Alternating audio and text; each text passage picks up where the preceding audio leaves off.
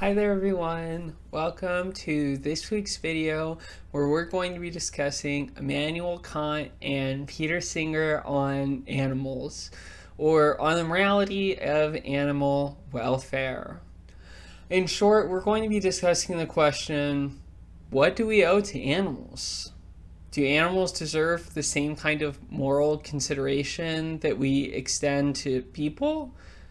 What about certain kinds of people? What do animals matter, and how do we evaluate conflicts between animal welfare and human welfare? Are animals just there to be used for human beings? Or do animals have some other distinctive moral importance? Do their lives matter for their own sake? The answers to these questions are unique because they would massively affect the practices, structure, and organization of our society.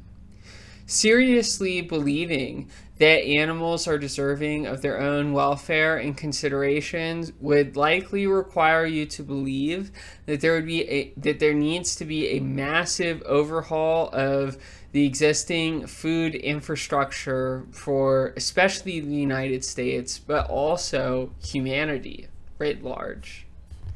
These are really, really big moral questions that I think are really, really fascinating and deeply interesting and important. So this is the moral debates segment of the syllabus. So as usual, we have sort of like a pro-con structure to things. In particular, Peter Singer is going to argue that we have positive, immediate obligations to animals. And Immanuel Kant is going to argue that we don't, that we have no immediate obligation towards animals. And we'll explain what that language about immediacy versus mediacy mean in just a moment. For now, suffice it to say that Kant thinks that animals, the moral consideration extended to animals can be trumped by the moral considerations pertaining to human welfare. So, on Kant's view, it's acceptable to use an animal to serve an important human purpose, even if that human purpose is something like experimenting on animals for the development of cosmetics. Any human purpose is enough to override the minimal consideration that animals are given, according to Kant. Peter Singer, on the other hand, is going to argue that all such practices which simply use animals for the sake of human welfare are immoral, that they violate the dignity and welfare of various kinds of non-human animals, and that the moral reasoning that we often employ to justify such practices does not stand up to scrutiny. The way that I framed the contrast is that Kant thinks that we have mediate obligation towards animals, and Singer thinks that we have immediate moral obligations towards animals. Now, why would we frame things this way? Well, to begin with, most people think that animals deserve at least some minimal degree of moral consideration. So, for example, most people agree that animal cruelty laws are good, that it's bad to needlessly be cruel to an animal for no purpose. Almost everyone can agree with this as a moral principle. Accordingly, the debate about the moral status of animals isn't if we have any moral obligation towards animals or not, because we've already accepted we have at least some moral obligations towards animals, namely not to torture them needlessly. But this leaves open the question of the source of that moral obligation. Is it wrong to needlessly torture animals because you're hurting an animal, or is it because you're developing habits that will eventually hurt other human beings. The latter position is Kant's view.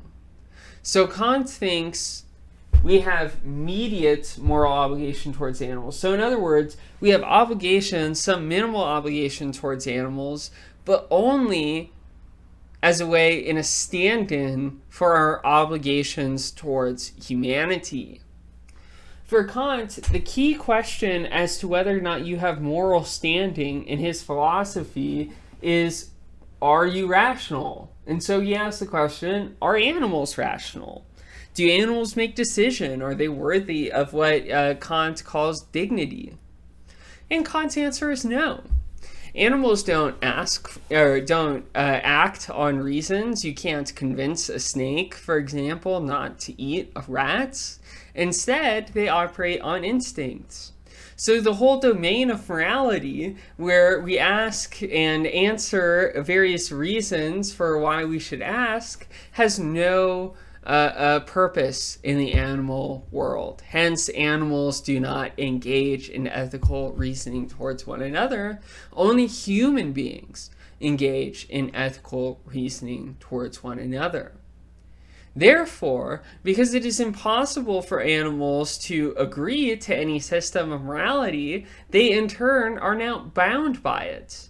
And therefore, you, as bound by morality, have no obligations towards them. However, then this creates a problem for Kant's position. Why is it wrong to needlessly torture an animal if the animals don't have any status on their own? Kant's answer to this question is that animals are a kind of analog for human beings. So the reason why we find it extremely distasteful on Kant's view to torture animals is that someone who enjoys torturing animals is developing habits that one day they're going to let loose on human beings. In other words, that person who's torturing the animal is taking as a principle that it's good to, for example, take enjoyment in another thing's suffering. And it's natural to think that if you're allowed to, develop these habits and take pleasure in the needless torture of animals, that this makes you morally a worse person than you would be otherwise, to put it mildly, right?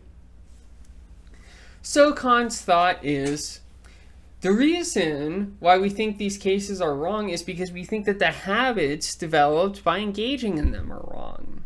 We don't think it's wrong that the animal is in pain per se, because if we thought that, then we would think that hunting is wrong. And we would think that, killing animals for leather or other sorts of materials is also wrong. But Kant thinks we don't have obligations towards animals. We only have obligation towards human beings.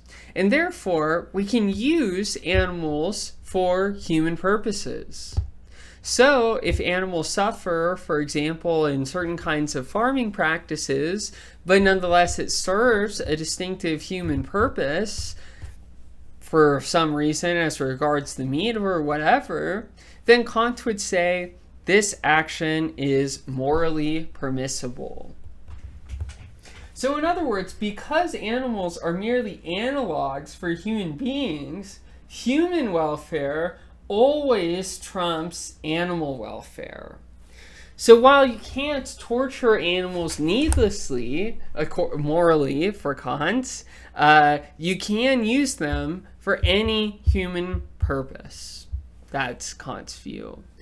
And this is the view of a great majority of humankind that really, does not have any significant reservations about killing and using animals for human purposes, whether that's for enjoyment in hunting, whether it's for leather or meat, whether it's for cosmetic animal experimentation, what have you. So, in a way, Kant describes what I think is a kind of standard view among people about the status of animals. The animals deserve only minimal, immediate moral consideration, and that otherwise we shouldn't feel bad about, the animals that go through factory farming because they're serving a human purpose. The next author we're going to discuss, Peter Singer, is very interesting because he argues that animals have direct moral standing. So in other words, the problem with, needlessly torturing an animal simply for your pleasure or enjoyment in doing so isn't, something about animals standing in for analogs of human beings or what have you. It's wrong because it causes pain for the animal. In many ways, this should strike you as obvious, right? It seems, in a way, overly circuitous, right? Overly complicated. Kant's argument, where animals have moral standing being like a representation of humanity or something like that. Even though this is the standard view, the much more straightforward view is just that it's wrong to torture animals because animals suffer for it. And animal suffering deserves its own moral consideration. This is the central argument that Peter Singer tries to develop in the short text that we read together on animal liberation. And Singer, unlike Kant, is a utilitarian. So Singer's questions, his key question, is going to be totally different than Kant's key question in answering the question of whether animals have moral standing. For Kant, the key question was whether animals are rational. But for Singer, he's going to argue that this question is actually irrelevant. The real question for asking whether animals deserve moral consideration is to ask whether animals suffer. And Singer's answer to this question is, obviously, yes. While some stray philosophers have thought over the thousands of years that animals are not conscious and do not suffer, the vast majority of humankind is willing and able to recognize that animal beings do in fact suffer and experience suffering, and every sign or indication that other fellow human beings suffer is also exhibited in animals. Therefore, since the utilitarian standpoint is about the maximization of total welfare, then animal welfare is naturally included within that sum total. So in other words, Peter Singer is a utilitarian who's arguing the animal welfare counts when you're analyzing the sum total of welfare that's produced by any given action or situation. In other words, animal suffering matters for Singer. And it matters not because it's an analog or representative of humanity, but it matters for its own sake. Actually, for the very same reason that human suffering is wrong, animal suffering is also wrong. Singer's argument goes like this. We reject forms of thought like racism and sexism that argue that one race or one sex is more worthy of moral consideration than another. In other words, we don't recognize race or sex as relevant to moral standing. We've rejected the thesis that race or sex could make a difference here. So, Singer too says that for the same reason that we should reject racism and reject sexism, we should also reject speciesism. which is just the prejudice that, the only beings worthy of moral considerations are Homo sapiens. Peter Singer argues this is just a prejudice, right? It's not any better than the other kinds of prejudices that we discuss, and much like them, we're willing to excuse a huge amount of human suffering and non-human animal suffering in order to allow these ideas to continue to persist. So, in other words, Peter Singer is going to argue that animals have moral standing. In particular, we can think about animals as moral patients instead of moral agents. Consider a brief argument that could take place between Kant and Peter Singer. Here, Kant would say something like, well, but animals are not rational, and therefore, they're not moral agents. They don't make moral decisions. And therefore, they can't matter in systems of morality. What Peter Singer and thinkers like Peter Singer do in response to an objection like this is they point out the similarity between some cases of human beings and the cases of non-human animals. So, for example, Singer might say this to Kant. Well, what about infants or babies, right? What about very small human children? Very small human children are not rational. They are not moral agents. We would not conclude, therefore, that they have no moral standing. In fact, it's very important to us, the moral status of children. And in fact, it raises delicate issues about the morality of engaging with children that they are not yet moral agents. So we need a concept to refer to someone. We also might think of the extremely disabled or the elderly in this way, where these people have moral standing even if they don't have moral agency. In other words, they count for something when we're making ethical decisions, even if they can't be decision makers themselves. So Singer doesn't think, we're going to convince all of the snakes to stop eating all of the rats or something like that, right? Animals don't have the capacity to engage in moral decision making, and Singer's argument, he's not trying to say that they, do, right? What Singer's trying to say is that when we make big decisions, that we need to include animal welfare into our considerations. So if we're looking to increase the sum total of welfare, animal welfare counts, and it counts on the same plane as human welfare. And Singer thinks if you take this thought seriously, then it is inevitable that you will think that we need major transformation in how we organize our society. In particular, think about human practices like factory farming, hunting, animal experimentation.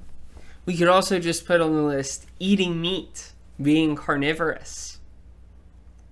These are practices that cause large amounts of animal suffering. Normally, we discount the suffering. We don't think it's important, and we say that it counts for very little or it counts for nothing. But Singer is challenging our ordinary decision-making here, our ordinary moral reasoning. Singer is asking us to really reflect on whether we really accept the reasons that we're stating for why animals are not worthy of moral consideration. If we followed through those ideas seriously, it would mean hurting huge amounts of human beings. People that are not moral agents, either because they're too young or too old or in a coma or some other, kind of disabled state, matter morally. And Peter Singer thinks that the easiest way to understand why it is that they matter is the very fact that they can suffer. And it's for the same reason that their suffering matters that animal suffering also matters and should also figure into our decision making. I find this question really super duper interesting, and I very much look forward to what you all think and say in the discussion forum. I'll see you in the next video. Bye.